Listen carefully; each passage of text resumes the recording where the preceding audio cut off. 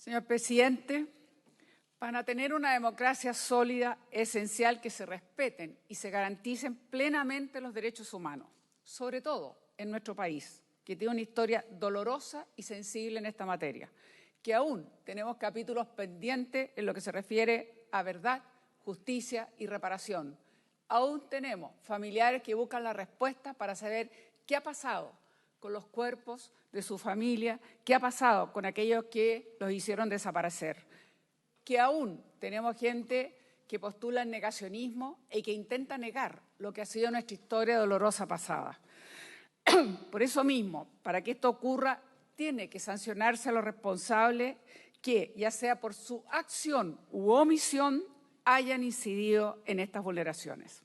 Es nuestra labor como senadores.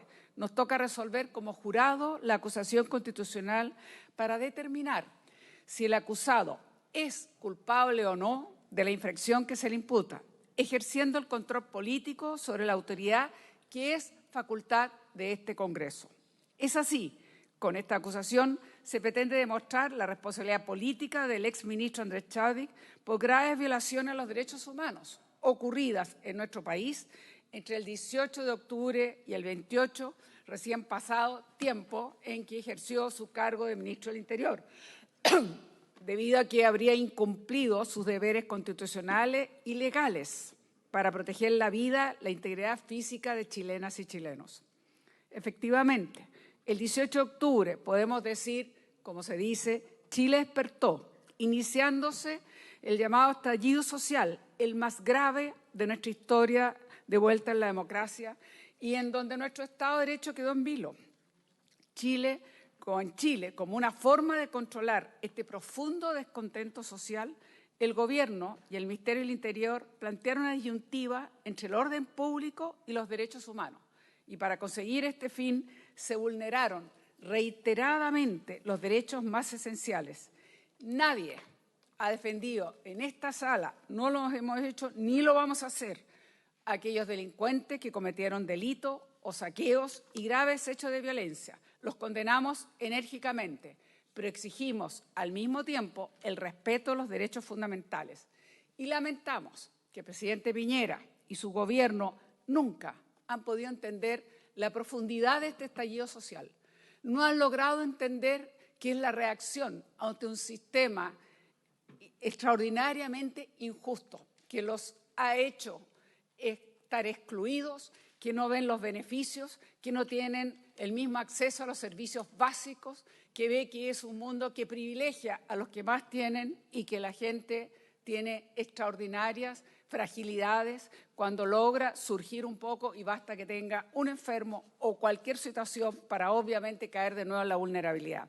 No entienden que hay una justa indignación por el abuso, por el maltrato, por la soberbia que por tantos años y en las recientes declaraciones del último tiempo de este gobierno, que es mejor ni mencionarla, como ya lo hemos hecho en otras ocasiones, de algunos ministros que no tienen ninguna sensibilidad social para entender entonces qué hay detrás de este estallido. La ley, por lo demás, que no es solamente en Chile, como lo conversábamos con el senador Montes, esto también ha ocurrido en muchísimos países. Algo nos está diciendo de un modelo concentrador que excluye, de un modelo concentrador que no da esas mismas oportunidades a todos.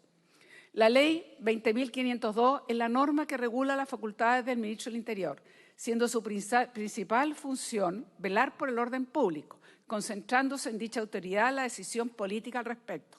Su artículo 2 señala que las fuerzas de orden y seguridad dependerán de él, de lo cual se deduce que las acciones que tome Carabineros son decisiones del ministro por ser el superior del general director de Carabineros, siendo el uso de la fuerza de esta policía supeditada al requerimiento político del ministro.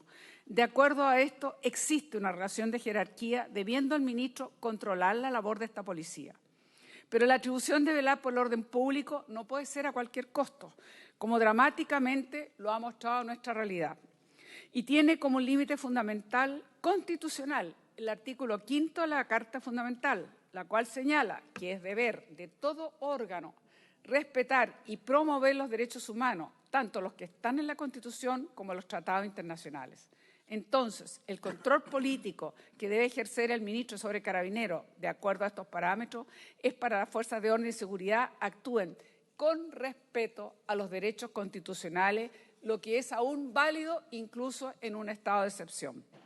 Señor presidente, es un dolor admitir que en nuestro país se han violado de manera extendida los derechos humanos y se siguen violando. Esencialmente la vida, la integridad física y psicológica de la población, derechos que son reconocidos por diversos tratados internacionales ratificados por nuestro Estado. Tenemos la Declaración Universal de los Derechos Humanos, que ayer cumpliera 71 años, que señala que nadie será sometido a tortura ni penas o tratos crueles y degradantes. La Convención Americana de Derechos Humanos, que declara el respeto a la integridad personal, que incluye el derecho a no sufrir ni tortura ni tratos vejatorios. Estos mismos principios son consagrados en nuestra Constitución, artículo 19, número 1, el derecho a la vida, la integridad física y psíquica de los ciudadanos.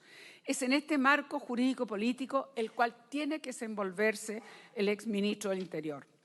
Ahora, ¿cómo hemos llegado a esta convicción de que existieron violaciones a dichas garantías cuando fue ministro? Existen fundamentos en informes y declaraciones de organismos internacionales.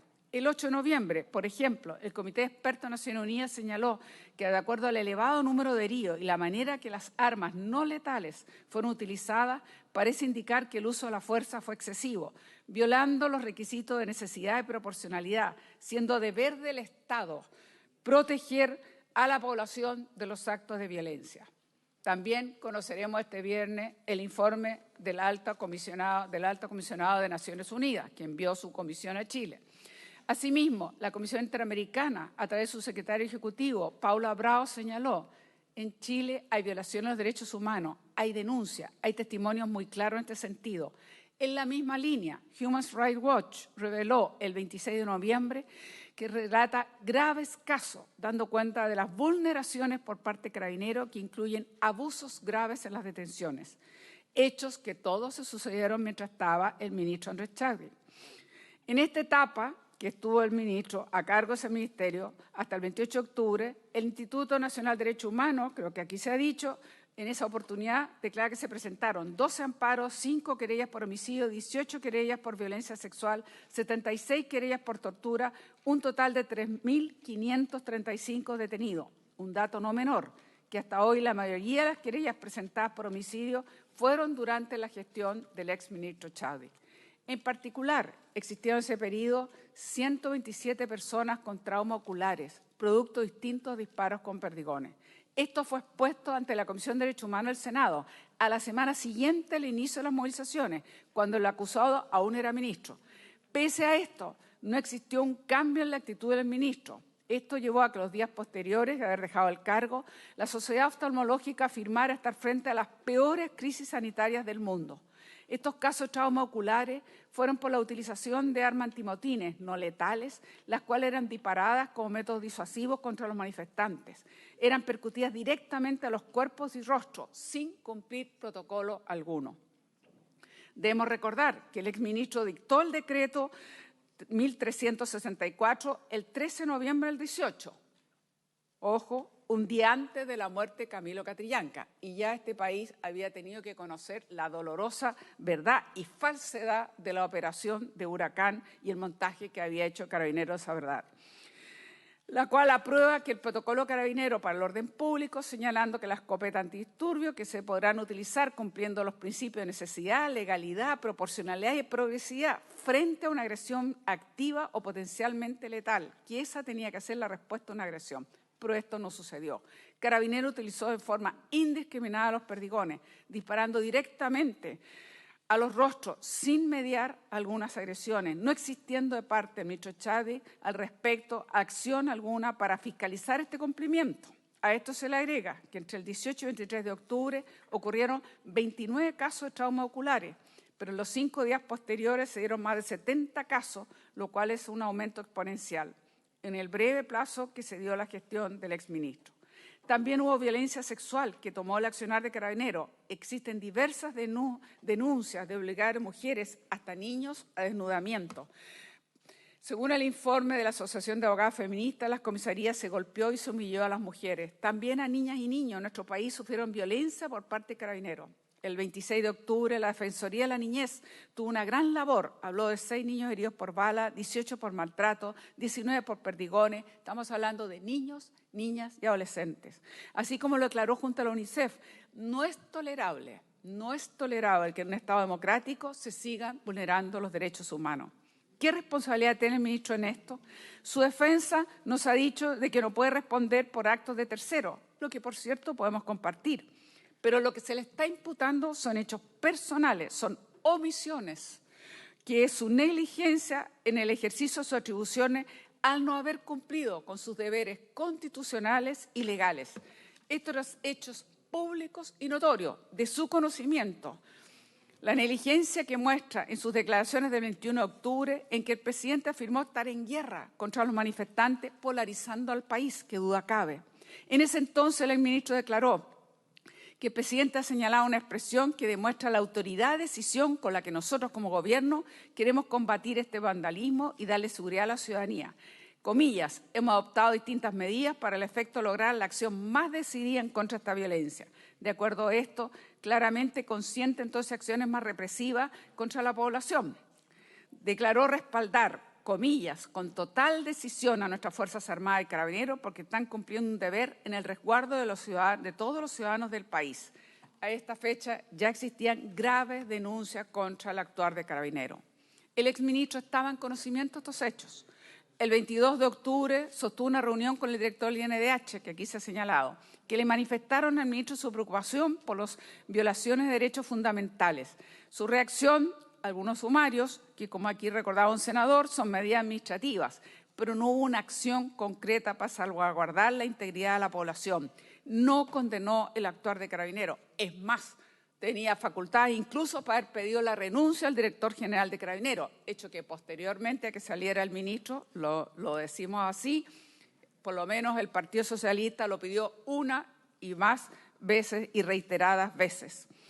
Con esto, por su actuar, infringe su deber legal de mantener el orden público en forma racional, responsable, lo cual, como ya hemos visto, ha significado las graves violaciones de derechos humanos, incumpliendo el deber, entonces, de respetarlo. Y la posterior actuación del actual ministro Blumen muestra que era posible pedir un uso del protocolo y el cumplimiento de aquel.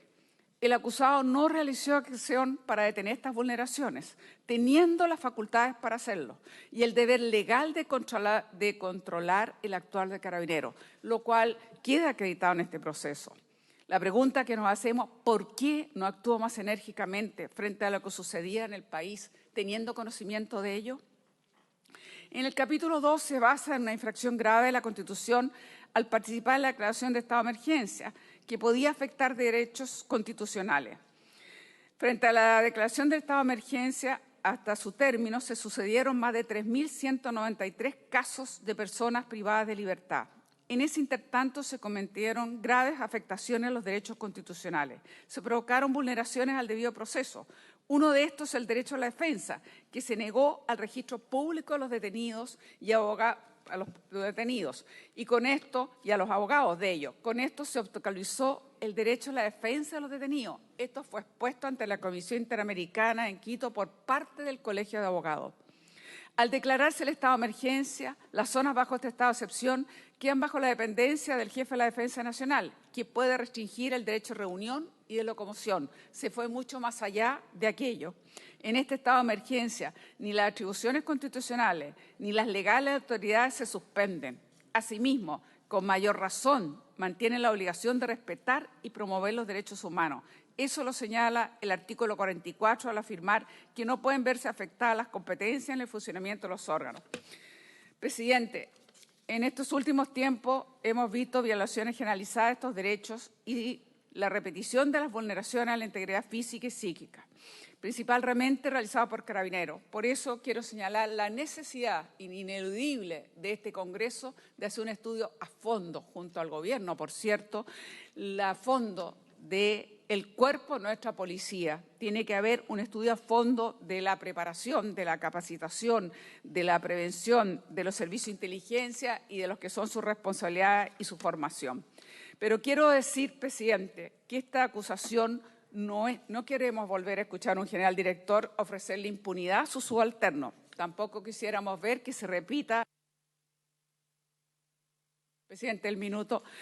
Esta no es una acusación personal contra Andrés Chadwick. Como aquí se nos ha dicho, revanchismo, se ha hablado de venganza, revanchismo, de huir a la calle sedienta de sed, de sangre, francamente.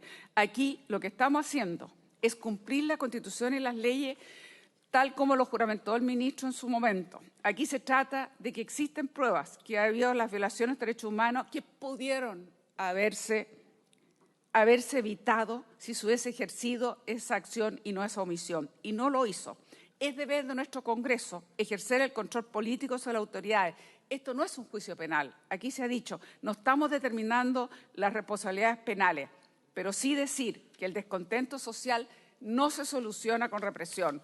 Nuestro rol, entonces, es ratificar la vigencia de los derechos humanos en nuestro país, lo que no ejerció el ministro en su oportunidad. Por eso, señor presidente, voto a favor los 2 capítulos de esta acusación. He dicho.